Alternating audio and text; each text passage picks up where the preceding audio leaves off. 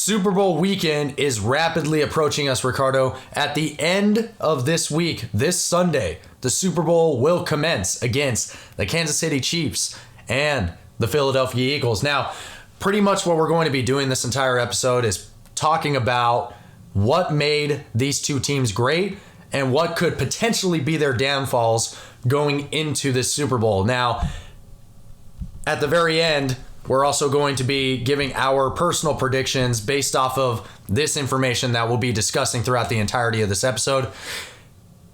And pretty much from there, it's up to the two teams that are competing against each other. Ricardo, I don't know about you, but I am so very excited that this is finally happening. It's the game of the year, man. It's the game everyone tunes in to see in America, and it's a very big moment here, and great moment for our podcast here because we're doing our first coverage of our first Super Bowl on this podcast, so it's going to be interesting, and I'll stop rambling because there's plenty of time to do that later with both of these two teams. Let's get in it, Jose. Let's get right into it. I'm Jose. And I'm Ricardo. Welcome back to RJ Talks.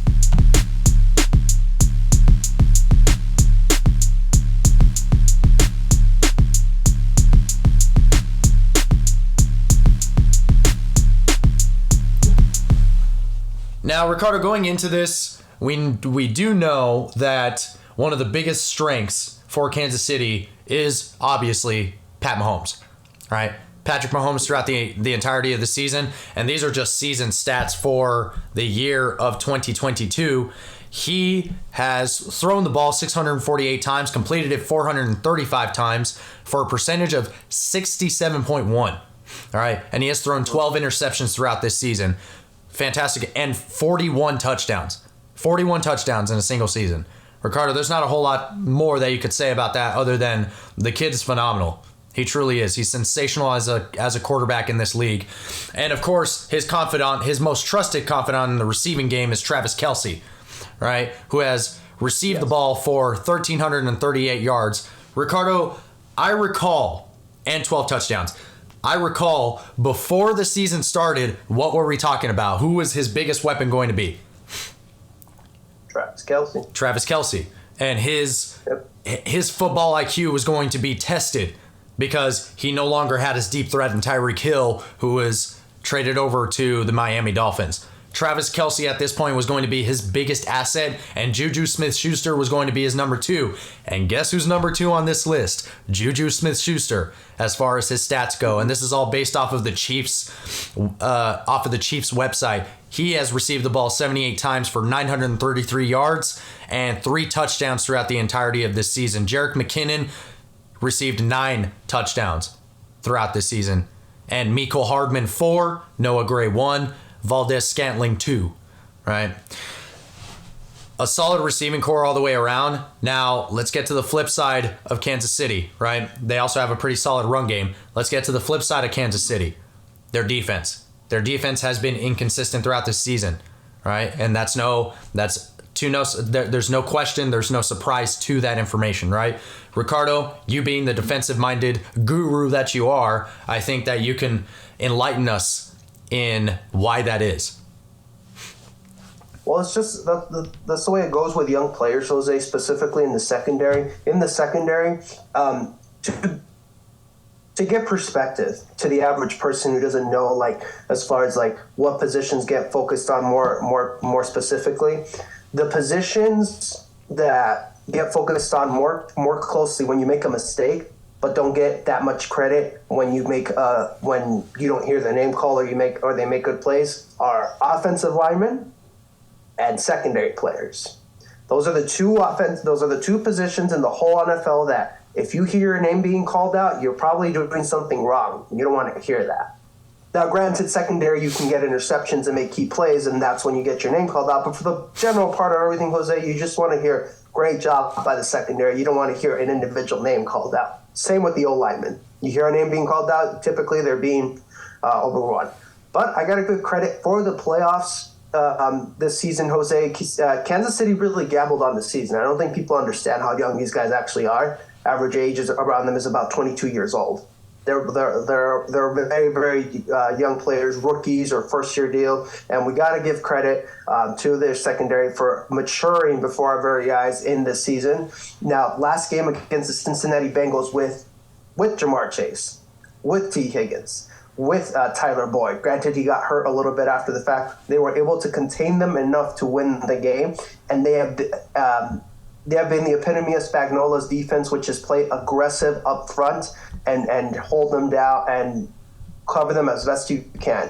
Their key player that I see here, Jose, is Trent McDuffie, the rookie that they took in their first round draft pick. You and I were both kind of iffy about it, like, it's kind of 50-50. He might be good, he might be bad, but he's a great slot defender, and that's where we've seen him at his brightest, is inside the numbers in the middle of the field. Now, granted, Chris Jones has always been a solid, reliable pass rusher for Kansas City, which is good to watch. I mean, another Pro Bowl season, 15.5 sacks as a D tackle, nothing to sniff at. Frank Clark has had a little bit of a downer year, only 5 sacks, not too much pressure. But Carlos Dunlap and pretty much the inside, those D linemen do enough, Jose, to be bigger than what they are, to cover more space than what they are, specifically because Spagnuolo loves to run either a 3-4 or typically it's a 4-3. But sometimes I've seen him run 3-4 in this modern day NFL and try to help those linebacker players out. So that front linemen of the defensive side have done their job, specifically getting pressure, stopping run game. And it's been an incredible season to watch defensively, but the reason they're so inconsistent, Jose, is because that secondary's young. They'll have a good game, they'll have a great game. Last week, you and I predicted that they might have a bad game, but they proved us wrong more entirely. They shut Joe Burrow and that offense down, and that's nothing to sneeze at.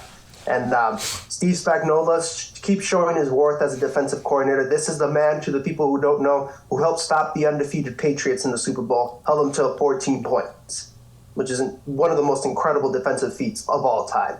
But as far as for Kansas City's defense, they're up there. They're up there, and they have the potential to play tough and go hard on this game.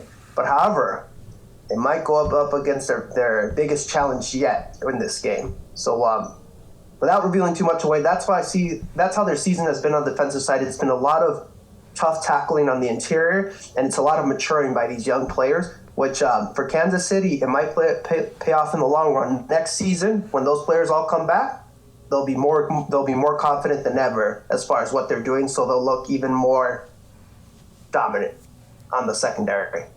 Rambled on for quite a bit, but that's how I see it on the defensive side for Kansas City. Front four, amazing, and secondary maturing before our very eyes. They most definitely are. And we didn't want to, like you said, Ricardo, we didn't want to take too much time in really talking a whole lot about the opposing team, about the Philadelphia Eagles just yet. I did want to go ahead and talk about this too. So this is just based off of Pro Football Focus.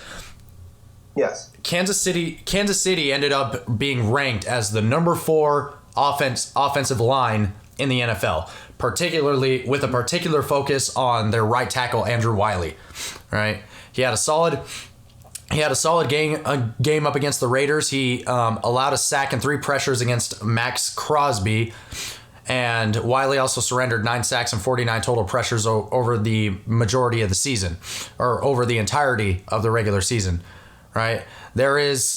He himself is the weakest, that is looking to be an area of improvement for the Kansas City Chiefs. The rest of them are definitely going to be a good threat, right, against the Philadelphia Eagles, particularly since the Philadelphia Eagles are also ranked as the number 1 offensive line in the NFL. They're also ranked as the number 1 defense in the NFL.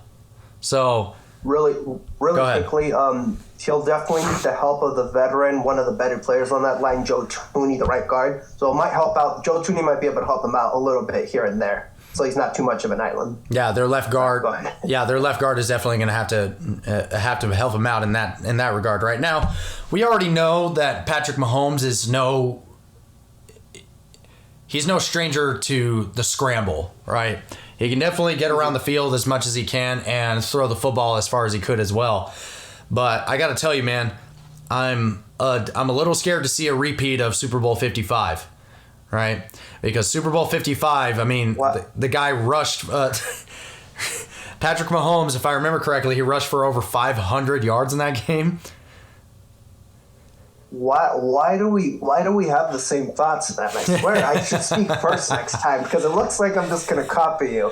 But before I get there, because we'll talk about the game here in just a second. Right.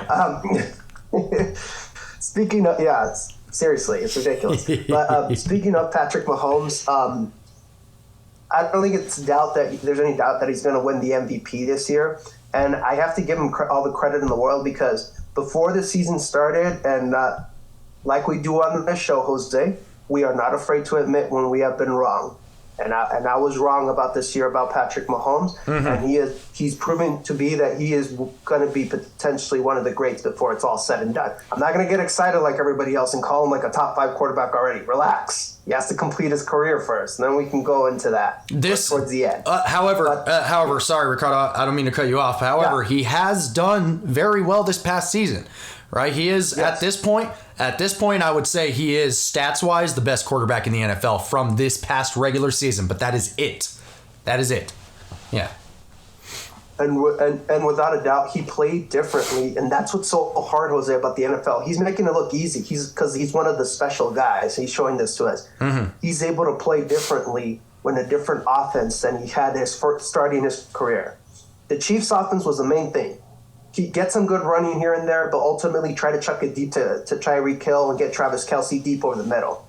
He had to play more conservative, consistent football, which ties back to the Super Bowl 55, which he had to get rid of the ball quickly and help himself play better because the big play is not always going to be there. Every quarterback learns this lesson at some point or another. Tom Brady also learned it in the Super Bowl, like Patrick Mahomes when he lost against the Giants. Deep pass is not always going to be there.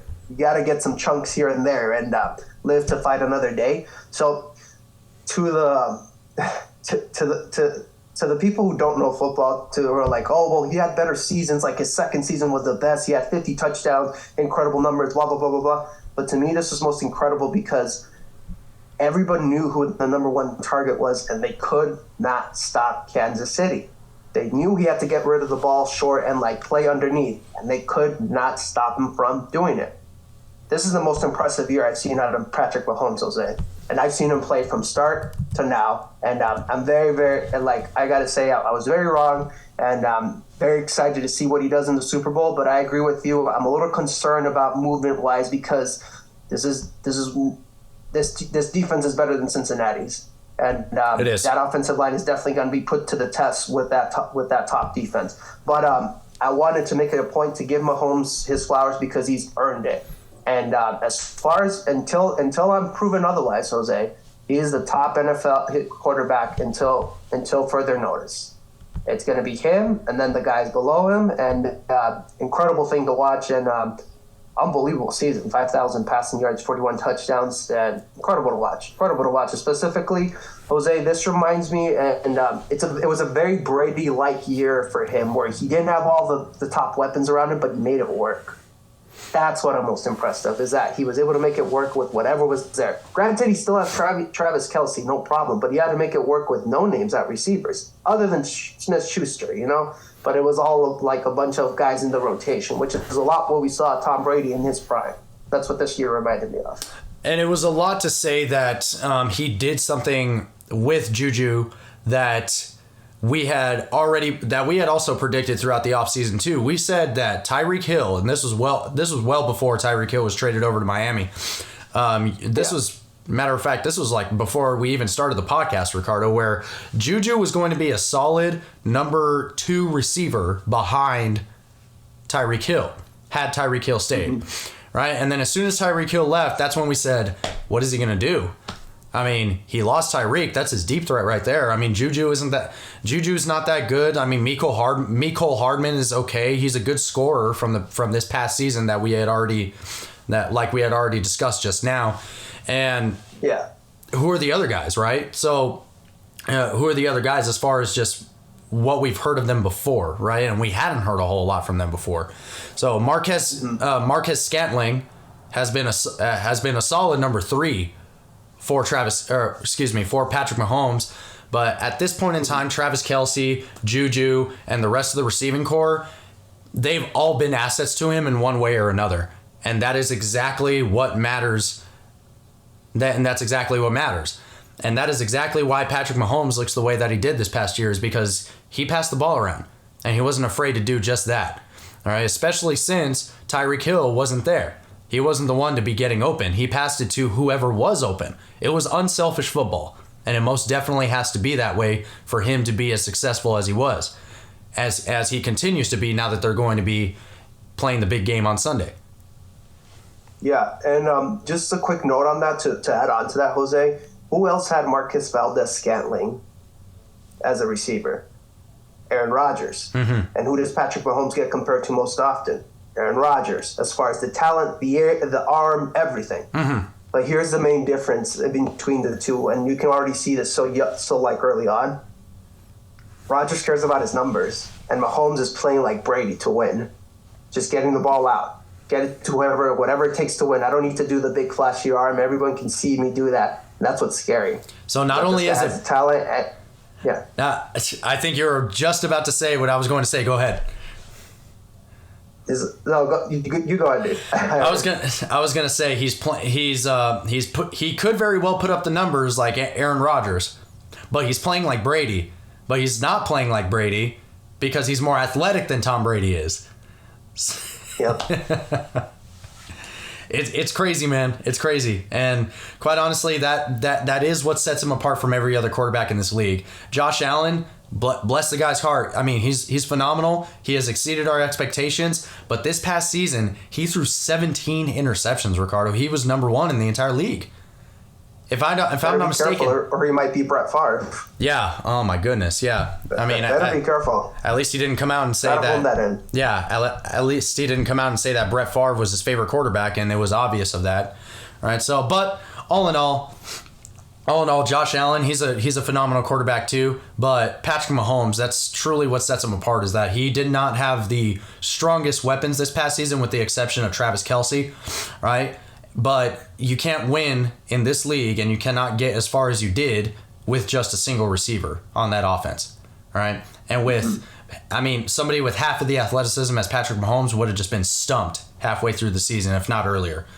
All right, so as far as the Kansas City Chiefs go, their offensive line is looking pretty strong with the exception of that right tackle position. But as you said, Ricardo, that left guard could compensate for that and help him out.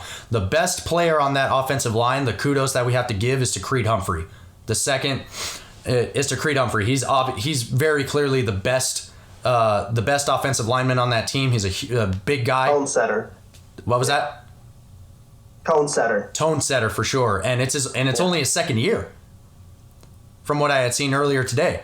So Creed Humphrey, solid guy for Patrick Mahomes, and we'll see what they're able to do about that offensive front going into the Super Bowl.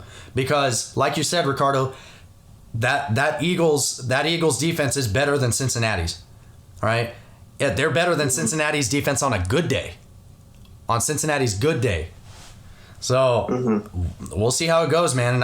And unless you have anything to say, Ricardo, I think that's a pretty good segue to go into the Philadelphia Eagles at this point. Last name I want to give a big shout out to has to be Andy Reid. Andy Reid, yes. The guy's just been able to make it work year in and year out. And I'll bring this up when we get into picking up games. But as far as legacy-wise, Jose, if he's able to, I'll just bring it up now because I'm bringing it up right here. But like the fact that he lost an all-pro receiver and like a guy who was designated the guy on your team, like the number one receiver, and you're still able to be a top 10, top 5 offense in the league. I believe there was them and the Eagles as far as fighting for number one. A top 5 offense in this league, and you get even better, and you make it back to the Super Bowl.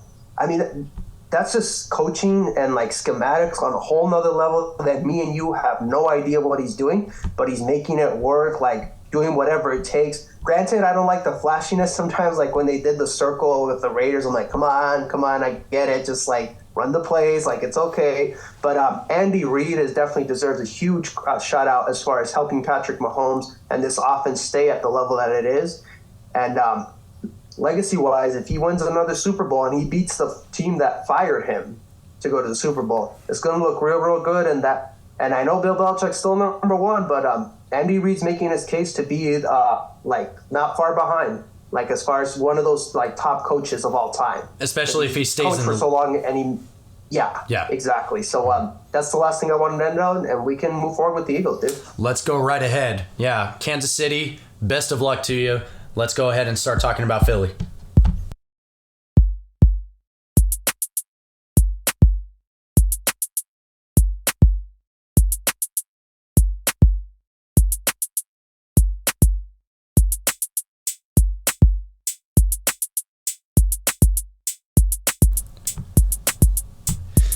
All around, this team is looking insane.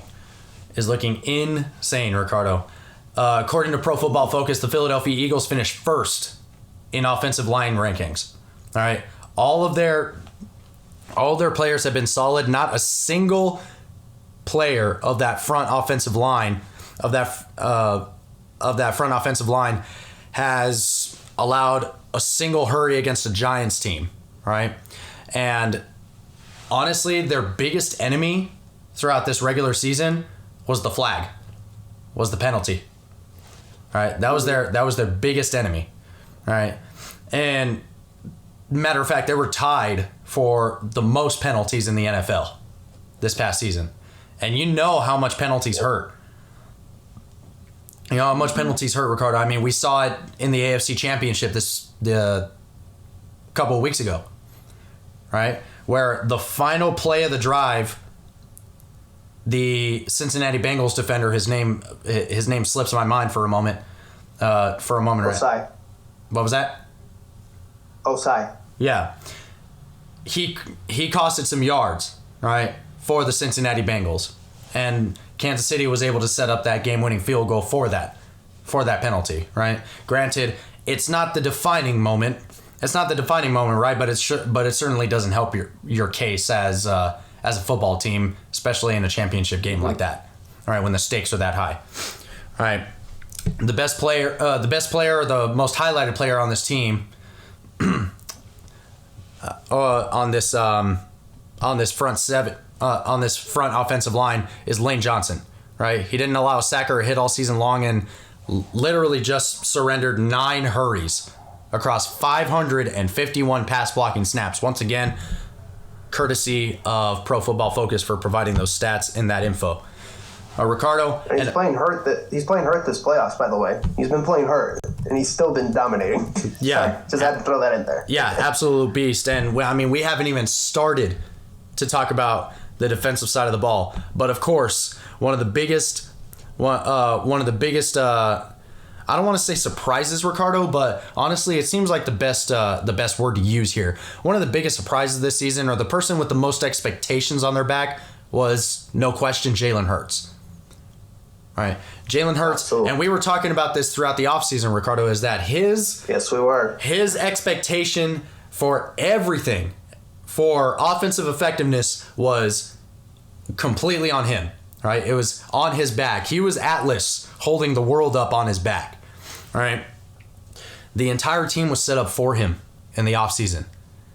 And I remember we were talking about how the Eagles were going to be projected, right? We were predicting their record. We were predicting how good they would be. Granted, we didn't expect them to be this good.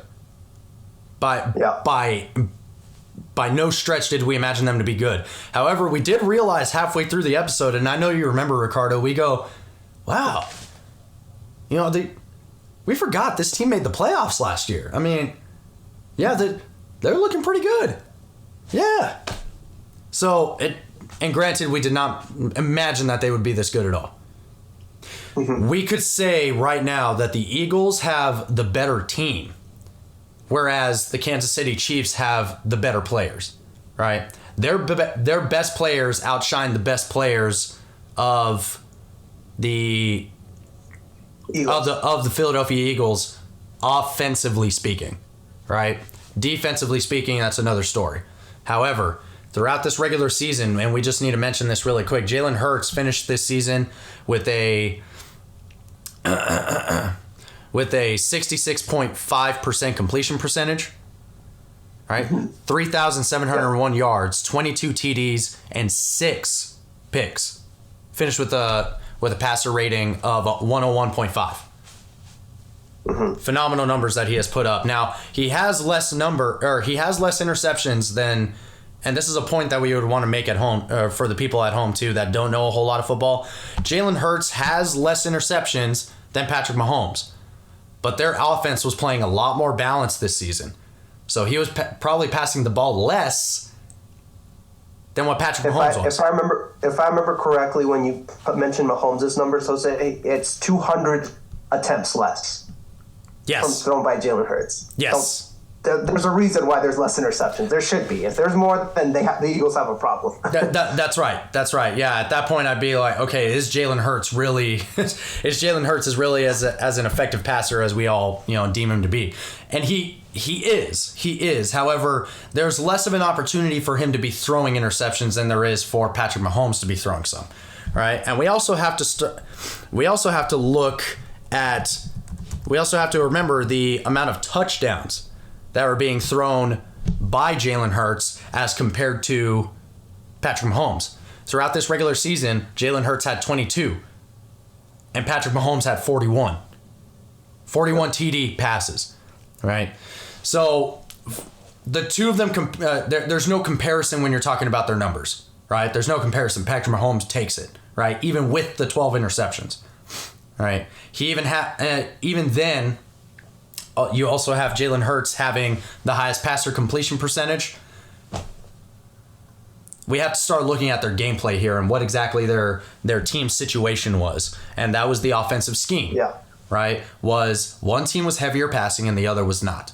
Right? Plain and simple. And you can watch the highlights from past 3 games out of any 3 games throughout the season, right? And you could just see the differences between the two offensive schemes, right? One's pass heavy and the other is not, right? The other is very balanced. And we've talked about this throughout the entirety of the regular season. But the point that I'm getting at, Ricardo, is that the Philadelphia Eagles have a strong team and the Kansas City Chiefs have stronger players on the offensive side. So defensively speaking, Ricardo, they of course have the best defense and of course they have the best defense coming out of the regular season. But of course, there is no team that is without its flaws. So what are the biggest obstacles that the Eagles are going to be facing going into the Super Bowl defense-wise? Yeah, no, defense-wise, they're very hit or miss on the run game, and you can catch their secondary playing sloppy at times. Jose, that's the thing. That you can catch them being sloppy and like getting a little full of themselves and getting beat a little by some receivers. However, the ultimate equalizer that they've had, and if they get sloppy, they better hope that this shows up is their pressure. Is their pass rush, and that's what's been able to help out these secondary players all day long. But before I get that is their weakness as far as for the Philadelphia Eagles is they can be lax on the run game. That opens up some opportunities in the secondary, and that's where you've seen some teams take advantage of that. Granted, Jalen Hurts wasn't playing in this game, but Dallas. I mean, Dallas was able to get big plays on them, score 40 points at some point in the regular season, so it has happened. And then the Washington football team, they were able to take advantage as far as like big mistakes. Like you said, penalties. Penalties comes from sloppy plays, so that's their biggest weaknesses as far as penalties, playing sloppy, and not tackling when it comes to, on the football. They did a tremendous job with San Francisco the week before. Yep. We can only hope as far as play like people room for defense that they have the same level of gameplay. They lower that gameplay because they think they're the better team. They're going to be in for a long night with Patrick Mahomes tearing them to shreds because playing sloppy in big games like this lose you eventually as far as what's going on there. Now, mentioning the weaknesses on this team as far as coverage, like they have some good coverage linebackers, but that would be as far as their weakness. Their corners and safeties are their top positions when it comes to coverage, but like any team, linebackers is their weakness coverage, and that's going to be a big factor against Travis Kelce. What game plan they're going to have against Travis Kelce, who's going to be in the intermediate of the field, whether they're going to have a linebacker press on him and safety over the top, or they're going to have a nickel back on him and just try to go from there. No matter, but I'll leave that up to Jim Schwartz, who's no slouch on the defensive side. No. I'm sorry, not Jim Schwartz. I'm sorry. The young guy, Jonathan, I forget his last name. The defensive coordinator for Philly. So going on to this, their biggest upside, Jose, for this Philadelphia team, their biggest strong suit is that pass rush. That's Jonathan Gannon. Thank you. Yeah, Jonathan Gannon, the D coordinator for Philadelphia. Yep. Mm-hmm. This defense pass rush is making historic rise, Jose. They got 70 sacks all year in the regular season. Yep. 70. Mm-hmm. They have 4 players on the defensive side that have at least double-digit sacks, which is Bradley Graham, Josh Sweat, and Hassan Reddick at 16 leading the team, and John Hargrave. Double-digit sacks between 4 guys. That's unbelievable. There's only 2 teams ahead of them in NFL history that have more sacks than them, Jose. This team gets after the quarterback quick and in a hurry, and that is their biggest strength as a defense, because once they set that pressure, it can be a hard time. I mean, we saw it with Hassan Reddick last week. He changed the game. Like, minus injury, he changed the game as well, but the injury was a part of that, unfortunately. But that changed the game for Philly, and that set the tone for them. And with Patrick Mahomes, Philadelphia wants any. And with Patrick Mahomes still playing on a bum ankle, yeah.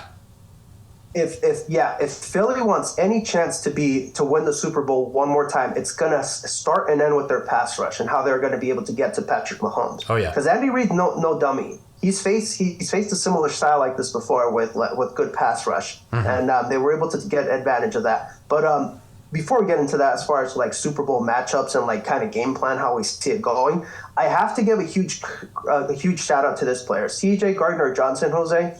He was looking like another name, like a random player who was in the New Orleans Saints team, and he was able to definitely find his niche and role with the Philadelphia Eagles.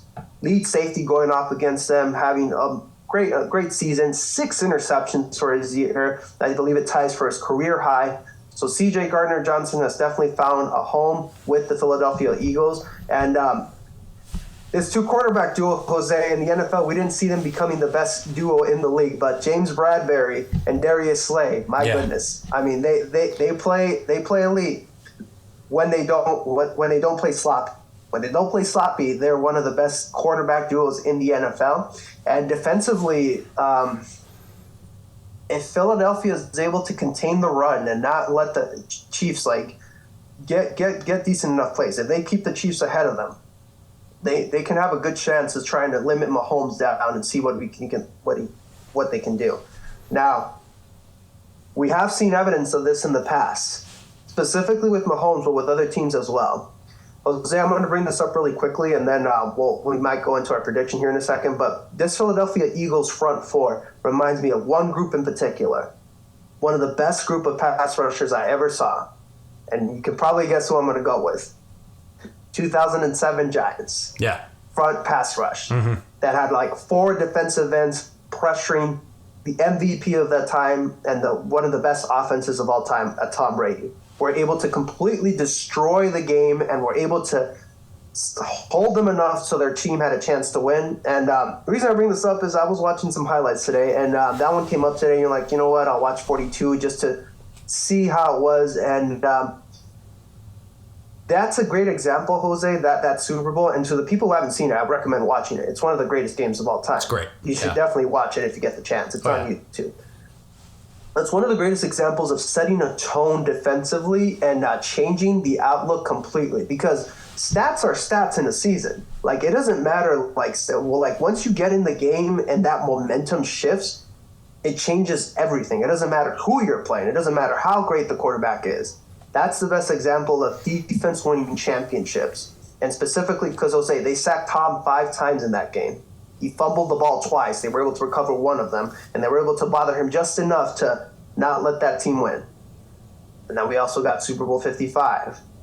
Granted, these weren't vaunted names like the New York Giants defense, but that front 4 made Mahomes run for his dear life, like you brought it up at the beginning of the show. And that's why I said I need to talk first next time, because it looks like I'm copying you as far as Super Bowl 55. But that performance from them was one of the most vaunted performances in history because it showed that Mahomes could be human. And Eagles have the blueprint as far as a way they can stop them. Now, granted, it's not going to be backups going up against this time for the Cincinnati Chiefs. I'm sorry, for the Cincinnati Chiefs. For Kansas City Chiefs, it's not going to be backups on the offensive line, but it's still the Philadelphia Eagles defense. And Jose, the one team that we thought could beat the Eagles at their own game weren't able to. Physically, I mean, on the line of scrimmage, which was the San Francisco 49ers. So I don't think that this Eagles team is going to be short in confidence in believing that they can play their best game against the Kansas City Chiefs. So I've been rambling on for quite a bit about the defense because we have to admit it is a strong point of the Philadelphia Eagles team, and there's a reason they're the number one defense, and weaknesses being penalties and in the secondary and coverage, and I can see Mahomes definitely going after them if they get sloppy. But if that pressure gets there, it's hard for me to see a situation where they're able to where the Philadelphia defense gets shredded as much. Now, granted, nobody's the 2000 Ravens defense, the greatest defense of all time that had no weaknesses at all. But there are opportunities for this Philadelphia Eagle to put a stamp on this game and to put the added measure of that defense could wins championship. They have this opportunity in front of them with one of the greatest, with potentially one of the greatest quarterbacks who's ever played. So it's good. It's going to be a hell of a watch. It definitely will be. Now, we'll be right back with a few more comments on the Philadelphia Eagles and just the game that is the Super Bowl in its totality. So do not go anywhere. We will be right back with that.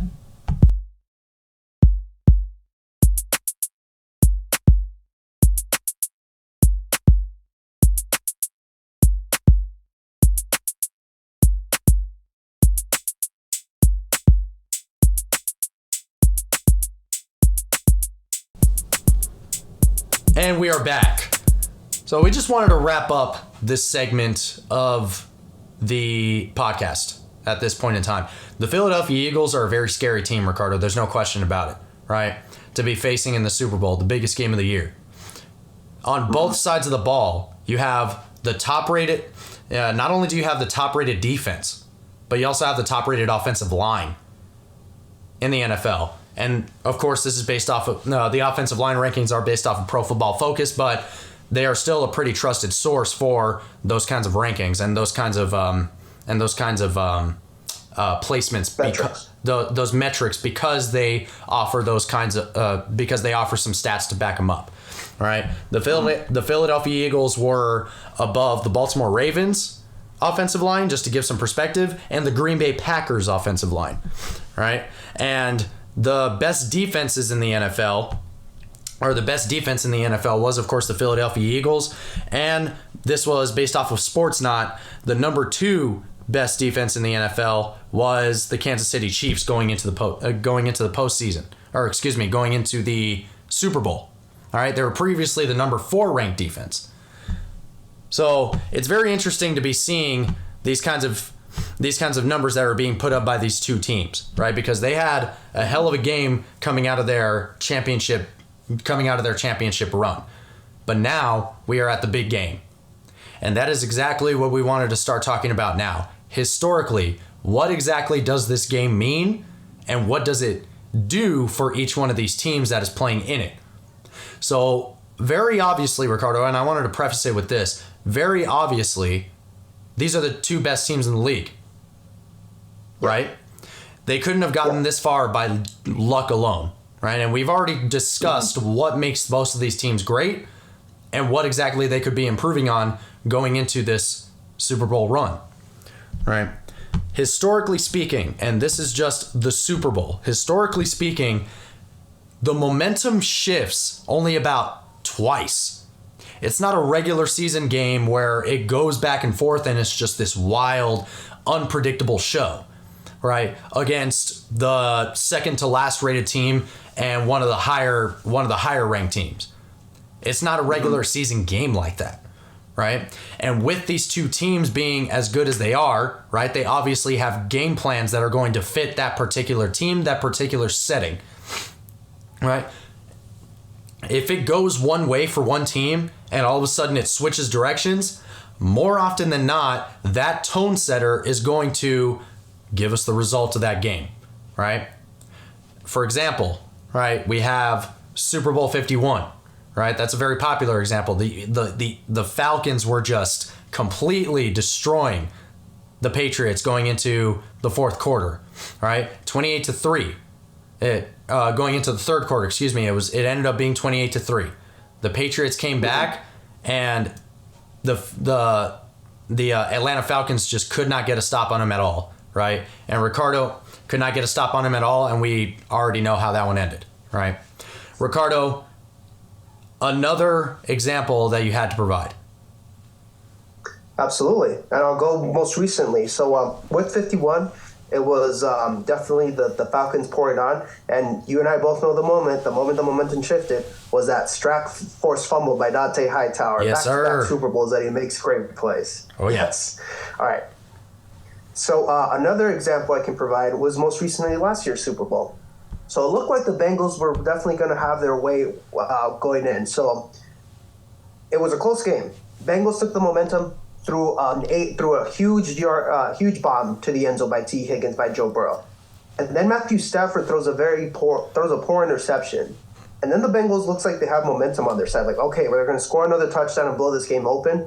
And what shifted the momentum back was that it was Aaron Donald getting that sack on Joe Burrow and pressuring him and pestering that Cincinnati offense to the point where they couldn't do anything. And that's exactly where the game shifted. It was the Rams clobbering the Bengals until the offense had a chance to put a game-winning drive, and the game ended on a defensive stand by the LA Rams. So those are the two. Those when the momentum shifted twice. Was that very, very, very quickly, Jose? It was in the third quarter. That was funny. Typically it's later in the game. Yeah. But that's another example of momentum shifting from last year's Super Bowl.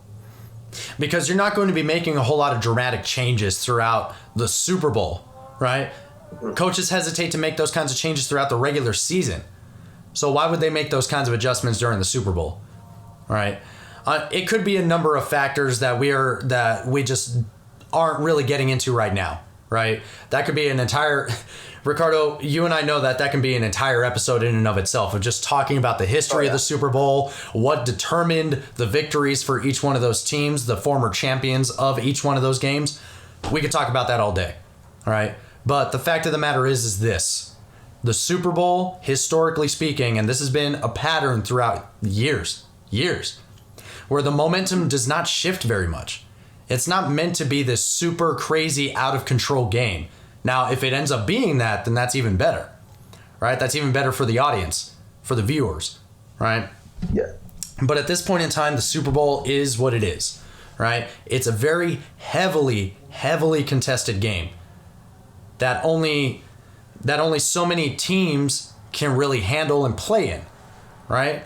Because as I said before, these are the two best these are the two best teams in the NFL that are playing up against each other in the biggest game of the year. Yeah. So with all of that taken into account, right?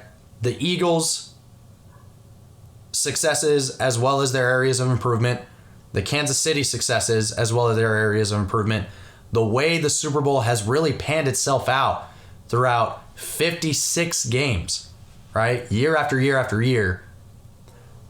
This is what we've come to. Is the Philadelphia Eagles as a team are just an absolute unit, right? Whereas the Kansas City Chiefs are very good at tearing those defenses apart and finding ways to score points. As we've seen from Travis Kelce, from Mecole Hardman, right? Mecole Hardman having 9 touchdowns throughout this past season. Would we have even said his name last year? No. Yeah, exactly. That's the answer to your question. No. Exactly. Yeah. Juju Smith-Schuster, would we have even said his name this year if Tyreek Hill was still with the team? Very rarely. Very rarely. But even then, the Kansas City Chiefs were still able to find ways to score against even the toughest contested defenses. But this defense is their number one challenge now, especially in the Super Bowl. So at this point in time, Ricardo, I'm going to say, and this is going to be I don't think this is really going to be a very high. This might not be a very high scoring game. That's just my prediction. I don't think this is going to be a very high scoring game. All right, so I think it's really going to come down to, if I were to guess, I would say 19-17 Philadelphia. That is my prediction. 19-17. Got it. Okay. Yeah, no, absolutely. So, Super Bowls, the Super Bowl 53, not 53, excuse me, 52, barring that one aside, they're not shootouts. Like, that's the one Super Bowl I can remember in recent history where it's a shootout where it's touchdown after touchdown. Yeah. It's like crazy high scoring game. There's a reason why this game, why the saying defense wins championships is important, because this is where it comes out. Nerves get tight. Everyone is very competitive. It's very hard to complete game, play specifically. But before I give my prediction as far as the actual game, I'm just gonna go into a couple of strategies here, Jose, where I could see both teams winning. So I'm gonna do that really quickly.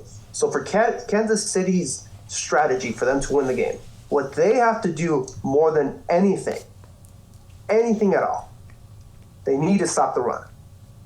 If Spagnuolo is able to find out a strategy where they're able to stop the run without sacrificing too much on the back end and the secondary to where they do play action with those receivers that Philly has, A.J. Brown and Devontae Smith, if they are able to stop that run, they'll neutralize Philadelphia, because Philadelphia's whole big game is that we are bigger, we are badder, and we're going to attack you and we're going to out-physically you all day long. And that's the mindset of that's like kind of like a bully mindset, Jose. It is, yeah. So if you're able to bully a bully, they fall every single time. So the way I see Cincinnati, I keep saying Cincinnati. I'm so sorry. Kansas City. The way I see the Chiefs winning this game, they protect Patrick Mahomes. They're able to run the ball consistently and able to keep him away from that pass rush. Run the ball, short passing game, like they've done all year. Right. If they're able to do it more effectively against this defense. But before on the other side, Spagnuolo has to stop that run. He has to stop that run game. If he is unable to stop that run game, it'll give Philly too much to neutralize against them in the balancing game. Where people forget, Jalen Hurts is a good passer. If they dare him to pass the ball and one-on-ones, he's not afraid to let it loose. So Kansas City has to stop the run all day long to where they force Jalen Hurts to throw into double coverage and not make him very comfortable, not make anything easy for him. And Patrick Mahomes, Jose, I know like the ideal thought is to have him play superhero and out of his mind so this Chiefs team wins another Super Bowl. Yeah. But this is the one game I say he doesn't need to be Superman. I don't want him to be Superman, because if he tries to be Superman, they're going to corral him, they're going to grab him, and next thing you know, he might get a little hurt. And it might if he tries to force something against this defense, it might have helped him. Yeah. What other quarterback have we seen this past season? One that we've talked about frequently. That is Josh Allen. Exactly. That has been playing superhero all season. And what did it lead to? Yeah. So if Andy Reid is smart, which he is, so I'm not saying he isn't. Right. If I'm Andy Reid, I try my best to get the ball out of Mahomes' hands quickly. Barring a couple plays here and there, you're obviously going to take your deep shots down the field. But I'm saying consistently against this defense is you play for the first down. Are you saying? Don't forget. Are you saying they should take a page out of the Patriots book? Yes. Yeah. Yes, they should. that prime Tom Brady years, yes, they should take a page out of that book if they want to win this game. Yeah. Because if they try to make Mahomes a superhero and have him hold on to the ball really long, it's not going to end well. No. It's not going to end well. It's going to lead that Philadelphia Eagles to get a pass rush and able to stop them. Right. So that's why I see the Chiefs winning. How I see Philadelphia winning. They dominate the line of scrimmages all game long. They're going to have to. Because this is the best quarterback they're going to go up against all year long, which is Patrick Mahomes, the best quarterback in the league. Yep. So they have to dominate the line of scrimmages and make everything as hard as possible.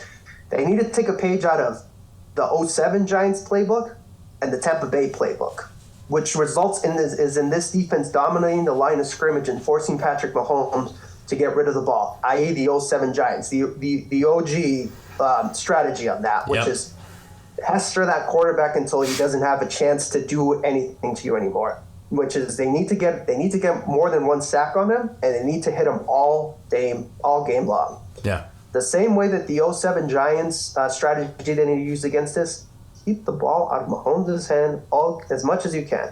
Run the ball. They're able to run the ball against the Chiefs. Just keep that clock running. Possession football. Even if you just get a field goal, it doesn't matter. You've been on the field for 8 minutes. That means that offense is a little bit out of rhythm, and you control the pace of the game. So Philadelphia has to remain to who they are, which is dominate the line of scrimmage and control the pace of the game. If they try to play shootout and they try to play MVP like hero with Jalen Hurts trying to match with Mahomes, it's not going to end well. It's not going to end well for them because that's not who they are. So that's what we're going to have to do is run the ball, be disciplined, possession football, and dominate the lines of scrimmage like they have. Now, how I see this game going. I definitely think that people might be a little bit bored in this game because I definitely think both defenses are going to come to play, both sides. And I'm going to give the secondary credit for Kansas City because they've shown me a lot. This defense has shown me a lot all year long. It's going to be a battle of top 5 defenses, like you said, Jose, as currently as they are ranked. I have to pick a score. People are going to laugh at me. Because you say, that's only going to be this much amount of points in the Super Bowl. I'm like, it's going to be a defensive-driven Super Bowl. Yep. I say it's going to be... I don't know why I got the 07 game on my mouth, but I say it's going to be the same score. I say it's going to be 17-14, but it's going to be the Philadelphia Eagles winning that Super Bowl. Yeah, 17-14. Yep. That's what I'm saying. So literally just 3 points. 3 points from my prediction on both sides. For sure. Now, people forget. And this is, I remember watching Super Bowl 53, right? And that was the Patriots and Tom Brady's 6th. All right. Super Bowl 53 up against that Los Angeles Rams team that was led by Jared Goff. That was the last year where it was led by Jared Goff, if I remember. No. It was not. That was shortly after that. But either way, Jared Goff was the one that was leading a classic zone run offense, right? Where he was playing more of a game manager than anything, right? He wasn't much of a passer for that team. People forget about that Super Bowl sometimes and say, "Hey, you know what? That was a defensive slugfest that game was." And it was very low scoring too. I mean, didn't the Patriots only score 10 points? Yeah, the Patriots only scored 10 points or 13. 13-3. Yeah. So it was 3-3 until the second half of the fourth quarter. I loved it. Now people were bored, but I loved it. Yeah. This game is not quite going to be that, right? Because of course, on one side of the ball, you don't have a lower tier passer like Jared Goff. All right, and you also don't have this godlike player like Tom Brady, right?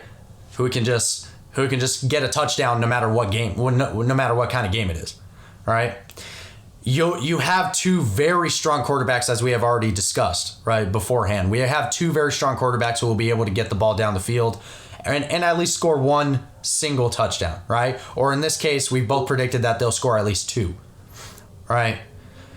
So they'll find ways to score points. There's no question about that. But it is going to be primarily a defensive slugfest. And simply because, like you said, Ricardo, the Kansas City Chiefs defense has truly surprised us in the postseason, right? And the Philadelphia Eagles have just been a strong, very balanced team throughout this entire regular season, right? And they have continued to show the same consistency throughout this postseason, right? The NFC, however, has clearly been the weaker conference out of the 2, right? The AFC has been very, very heavily contested, right? Whereas the NFC is much less than that, right? So the Philadelphia Eagles are going to be coming up against their strongest team, probably arguably their strongest team within the entirety of the season, post and regular, right? Yeah. Hell, even the preseason, right? So the Philadelphia Eagles are definitely going to get a run for their money, no pun intended, right? And the Kansas City Chiefs are going to be faced with their toughest challenge yet, right, since Cincinnati. But at the end of the day, we predict that the Philadelphia Eagles are really just going to come out on top throughout this. But it's going to be a very, very small margin, right? Literally a field goal, if anything, an extra point. Yep, it's going to be a very, very ugly game. As far as ugly, meaning that everything's going to be close and not everything's going to go according to plan.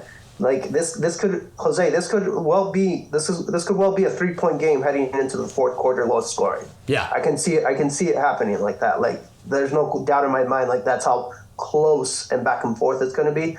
And the fact that it's because Spagnola's been here before. This isn't his first rodeo. Like he knows what he has to do. So I know if I know a good D coordinator, I know he's going to stop the best thing that the other team can do, which is run the ball. Yeah. Run the ball, and he's not afraid to leave his guys out on man coverage. So it's going to be a chess game between both teams on offense and defensive sides. Yeah. And then you mentioned Lane Johnson, but Travis Kelce, man, he's been showing some blocks that are out of this world. So that's going to be a key matchup in the interior with Travis Kelce and Chris Jones to set the tones. Captains of each of their respective sides of the ball. Oh yeah. Whoever wins that matchup is going to show the dominance, and I can see it. Honestly, I can see it happening either way. It's that close to the game. It's going to come down to it, especially early on. It's going to come down literally to just play by play. It's really that's really what it's going to be coming down to. But quite honestly, Ricardo, that's very exciting. It is very exciting to at the very least hear that, right? As opposed to just a single-sided matchup, right? Or we could just be completely wrong in the sense that the Kansas City Chiefs just have something up their sleeve that we just don't see yet. Either that or the Philadelphia Eagles are just going to be shooting the ball down the field. But just based off of what we've seen already, as well as what we have pulled up today and what we have examined through that and what we have analyzed through it, this seems like the most likely outcome from our perspective. Yeah. No, of course, and like you mentioned, the history of this game, Jose, blowouts do happen, but they're few and far between. They are. Like there was a couple of years when it was like 3 blowouts in a row, and then after that it was a field goal game. So like it just depends. We could both be up here with egg on our face, and this could be the highest scoring game in Super Bowl history, and it goes into double overtime and overtime. But until that happens and we see it, it's probably not going to happen. Probably. So, yeah. Mm-hmm. Yes. So it's going to be an incredible game to watch. Like the two best teams, it's going to be nip and tuck, and it's going to be a good strategy football game between two elite sides of the football on both ends, mind you. Now, granted, the quarterback is much, much, much better than the one that the Eagles have, but I've seen this game a lot of times, Jose. Quarterbacks don't win every single thing. No. So sometimes it goes to the defense. Sometimes the quarterback might be able to do it. But, man, am I here to watch because the legacy stakes right in on this game is incredible. Before we wrap this up, Jose, I'm going to bring this up, and I'm going to bring this up here and now. If Jalen Hurts has a rough game and Philadelphia loses for whatever reason, he's still their franchise quarterback to me. No doubt. He's proved well and far and above and beyond like he is their guy, and they'll be ready to lock him load next season as well. And let's not forget to mention, it's been all over the headlines for sure, but let's not forget to mention that if Kansas City wins this game, Patrick Mahomes is most likely going to be the MVP, right? And with that, and with him being the front runner for the regular season MVP, he's going to be the first to do it in a single season since 1999. And who was the last one to do it back in 1999? Kurt Warner. Yeah, the greatest show on turf, right? He was the last one to do it. He won the Super Bowl that year, and he won the regular season MVP. Best undrafted player of all time, right? No question. Patrick Mahomes is in the running for that. He is in the running for that regular season MVP because, let's face it, he is most likely going to win it. And if they win the Super Bowl, he is most likely going to be the MVP. If not him, then Travis Kelce, right? But either way, right, Patrick Mahomes is going to be standing up on that pedestal at the very end of the game, holding up the Lombardi if he decides to show up, and if this Kansas City defense decides to show up as well. And as far as legacy for Patrick Mahomes, he'll join one other quarterback as far as Super Bowl titles so early on in the career, which I know you can guess who I'm going with here. Yeah. Tom Brady. Like 5 years into a career and already multiple Super Bowl championships. Nothing to sneeze at all. Very, very tough to do and incredible. Incredible to see greatness, which is what we watch this game for, Jose, is greatness, no matter who achieves it. Are we disappointed sometimes that the person we wanted to achieve it doesn't do it? Sure. But you can't just not appreciate when it's happening. Like, so legacy for Mahomes and Andy Reid on one side and Travis Kelce definitely proving themselves as far as like being in the greats, like moving forward. And then the Philadelphia Eagles proving themselves as a good franchise if they're able to win this game. Jalen Hurts, one of the best Cinderella stories of possibly of all time, being benched in the national championship game in college, having to transfer to another school, and it is one game away from possibly leading his own team to a Super Bowl. It's the kind of stuff you write about. Most definitely is. On both sides. It most definitely is, and it's very exciting, man. And quite honestly, I cannot wait for this time next week, so that way we start talking about the victor that just came out of the Super Bowl, right? But until then, enjoy it while it lasts, everybody, because this Super Bowl is bound to be a great one. A great one. So, with all that being said, thank you guys so much for listening to us throughout the entirety of this football season. If you like what you hear, go ahead and subscribe to the YouTube channel. Follow our Instagram at RJTalks_11 for more updates throughout the off season. So, with that, good night, and we will see you next week. Enjoy the big game, everybody.